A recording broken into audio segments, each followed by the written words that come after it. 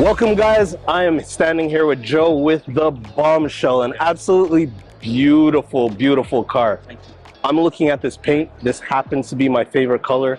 Every vehicle that I've ever wanted to build, I wanted it in this color. What color is this? This is a House of Colors mix. It's called Apple Red. It mimics a candy.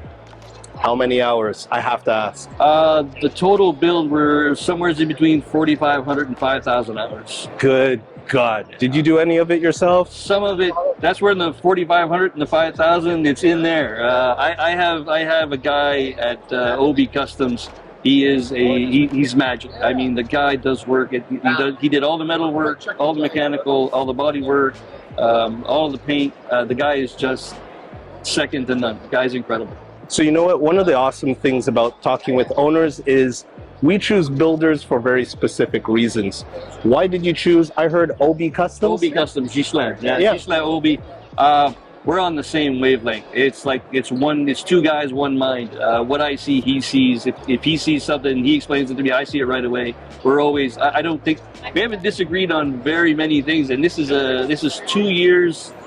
The only thing he touched for 2 years was this project, nothing else. And I think there was two things that we differed on. One was color, and my original color wasn't this either. We differed on color, and some spacing on the tail light in the back, and that was it. And to be honest, he was right both times. So he's the one who pushed you in this direction. He wanted black. I wanted, it was more kind of a goldish yellow. Yeah. And he says, I'm not painting it that light. This car has got way too many curves and body lines to go with something light. You're going to lose it. Let's go black. And I didn't want to go black, so I found this. And when he painted it, he sent me a message after he was painting, and there was quite a few expletives because he says, now I know I can't paint my car this color. It's painful. I of all people definitely know it's a painful one. Out of all the features on this car, which one is your favorite? Yeah, because there's lots. I think one of the things that I like the most are the things that you really don't know. On the hood, on the front of the hood, there was a scope, just an emblem that Buick had there, and we were trying to find ways to make the car look longer, sleeker, still staying in that classic style, but just changing it enough. And when we did that, we had this great big flat piece, and it almost looked like a runway. It was just way too long. So that peak on the hood, it goes from nothing and then comes out. None of that existed. Didn't exist. People don't know that. But it was one of those little touches that when the car is done and you see it, it's night and day. If I put one there without it, it looks like it's just a big flat parking lot. It's just because it's very wide and very long. But little details. But the car is full. Geez, it's 4.5-inch chop, 4-inch channel. It's air ride. We built it on a 1984 Oldsmobile chassis because the original chassis is an X-frame with a tube where the drive shaft goes through. It's virtually impossible to get it to go down that low, even with air ride. So we had to find something else. Gene Winfield,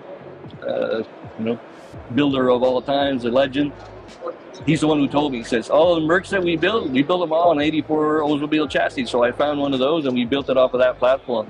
See, that right there is specialty to know which chassis to buy to make this sit properly. And we got very lucky. We got chosen to do Syracuse last year. We got invited there. We got a Winfield 6. Gene himself was there. I got to show him the car. I got pictures with him. It's a great honor for us to actually, that from start to finish, that he helped me with that, telling me you should use this. And I'm sure he completely forgot about that conversation, forgot about me, because this is 6 years later. And Gene never stops. He's still doing shows everywhere, so I'm sure he forgot who I was. And then all of a sudden, we're winning a Winfield 6, and that's kind of what we were Congratulations. hoping we'd get there. So yes, thanks. Yeah, congratulations. There's so many things. I mean, the wheel wells have been pushed back 2.5 inches. It was one of the things that of the original Buick that I wasn't crazy about. The bumpers would end kind of in no man's land. There was no metal behind it. We're in the wheel well. So because of the length of the 84 Olds, we had to do something. So it was either do something to the frame, do something to the chassis. It was something we needed to fix, but we decided to leave everything alone and just bring change the wheel well place. So that way there, we'd have paint behind the bumper. So just a little more definition. The rear, it's got 1954 Mercury taillights. It's got a 1956 Bel Air bumper. The overrider back there is the original overrider from the 50 Buick, but it's been shortened and it's been modified, heavily modified to fit that bumper, not what was there before. It's just detail over detail over detail. It's just many little pieces that come to make a great big puzzle. I happen to be a JDM guy.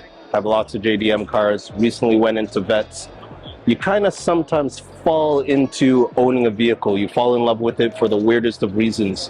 What was it about this platform that made you say, I am literally going to invest a good number of years and hours into building a dream? The first thing was that grill, that bumper and grill. All Merc guys say the same thing, yeah? It's a 1 year, 49 doesn't have it, 51 doesn't have it, and it's been stolen and put on Mercs and on all kinds of builds.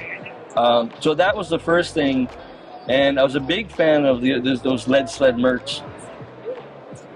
But every show I went to, I saw some of those, and I loved every one of them, but I never saw this. And I said, you know what? I want to build a car that nobody sees. Nobody builds these. It took me 5 or 6 years just to find one in Canada that I could buy to start working on it. Where did you find it? Actually, just outside of Ottawa. And the guy had just posted it. He had bought it at an estate sale, and he was a big Ford guy, Model A guy, and there was 5 Model A's and this, and he had to buy the whole package. He said, I don't even know what to do with it. So I got to buy it off of him. Did you fleece him? No, actually the guy he was really adamant about, I don't want a lot of money for the car, but I want to go to somebody who's going to do something with the car. Because the car's too good of a shape. So I sent him pictures of other cars that we had built, and the first thing he says is, wow, so when can you come get it?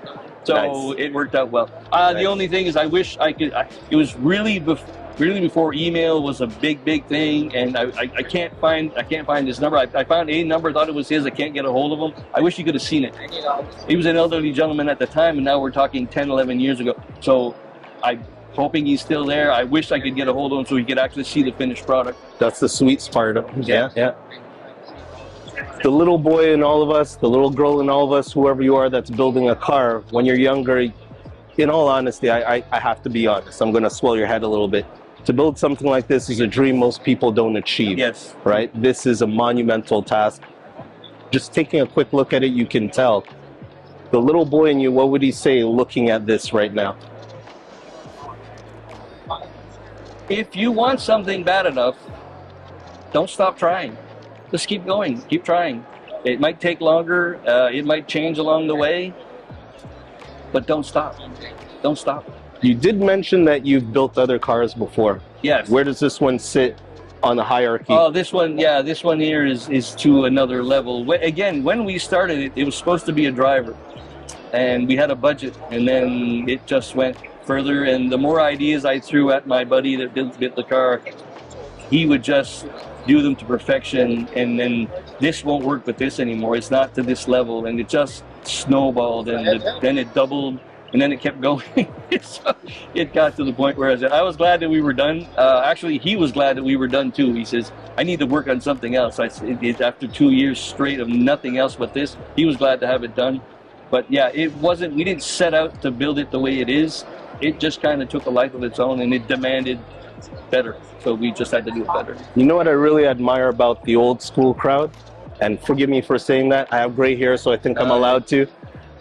It's that you guys will find a way to solve a problem. It doesn't need to be from that model year. It doesn't need to be from that generation. Just I like the way that it looks, so I'm going to put it on my car, and I'm going to make it truly mine. So I admire your creativity to figure out a way to make it yours. You try to find a theme. I think a lot of times what I notice in other cars that have been built, and guys, that if it takes a long time, sometimes they'll have an idea what they want, and if it takes too long, all of a sudden they start to waver and other ideas get creeped in. Start doing shortcuts, compromise, or bringing in different themes to the car, and they kind of lose track of where they were going, and then when it's finally done, you look at it and say, like there's 2 or 3 competing themes here. It wasn't one straight, idea. So a lot of times is figure out what you want, stay on task. Like we wanted to build a 50s classic but try to make it as timeless as possible. I didn't want someone to look at this 20 years from now and I could tell that this was built in the 2020s just by looking at it. It's not what I wanted. Just trying to modify it, but not modify it to the point where you know everything that's been done just by looking at it. Chip Foose is one of the reasons why I got into it. I love what he does, and he's always kind of mentioned that when you do a modification to a car, it should look like it came that way. It shouldn't be so far done that you can tell right away that it never came that way. They bolted that on, they just stuck that in there. Exactly. So when we decided to chop, yes, chop, but I got guys, I still have people to come and take a look at it. Was that chop? Like, I wasn't sure when I looked at it, yeah. You know what I hear? That's a great compliment, because that's exactly what the goal was. It's to build something that didn't look like it was overdone. We wanted something that would stay timeless, stay with the theme. There's little details, like you look at the wheels, you see there's a kind of a step waterfall effect there. Well, they follow into these. This is a 1952 Oldsmobile door handle. Wasn't from this car, but it had the steps on it. So we wanted that. And it started with the 54 Mercury taillights that have those 3 steps going up. And then the wheels came after it, and I found these. And my buddy wasn't happy because they didn't fit. They didn't fit the Buick ones. He says, I got to rework all of this door again because it's not the same. It looked like it was the same, but it wasn't. So, but it, again, fit the car. So it's just themes, right? So it's, yeah, stay on task. Nobody is going to see this until after the show. Yeah. I'm pretty confident that you're top echelon. Is there anything that you wish that you could have done differently with this?